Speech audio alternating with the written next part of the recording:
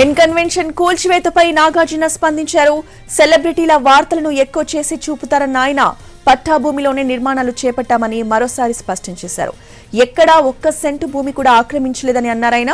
2014లో special court Tummidikunta చెరువులో ఆక్రమణలు జరగలేదని తేల్చిందన్నారు.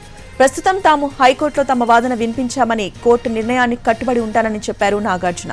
అప్పటి వరకు పుకార్లు, తప్పుడు సమాచారాన్ని ప్రచారం చేయొద్దంటూ విజ్ఞప్తి చేశారు హీరో నాగార్జున.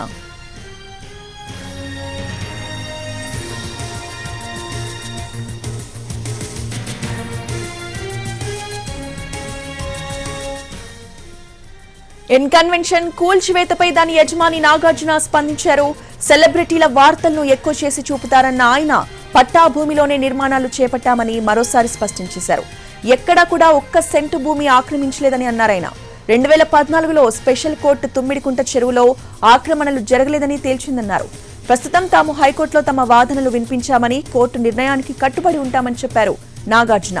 అయితే అప్పటి వరకు ఎలాంటి పుకార్లు, తప్పుడు సమాచారాన్ని ప్రచారం చేయొద్దంటూ విజ్ఞప్తి చేశారు.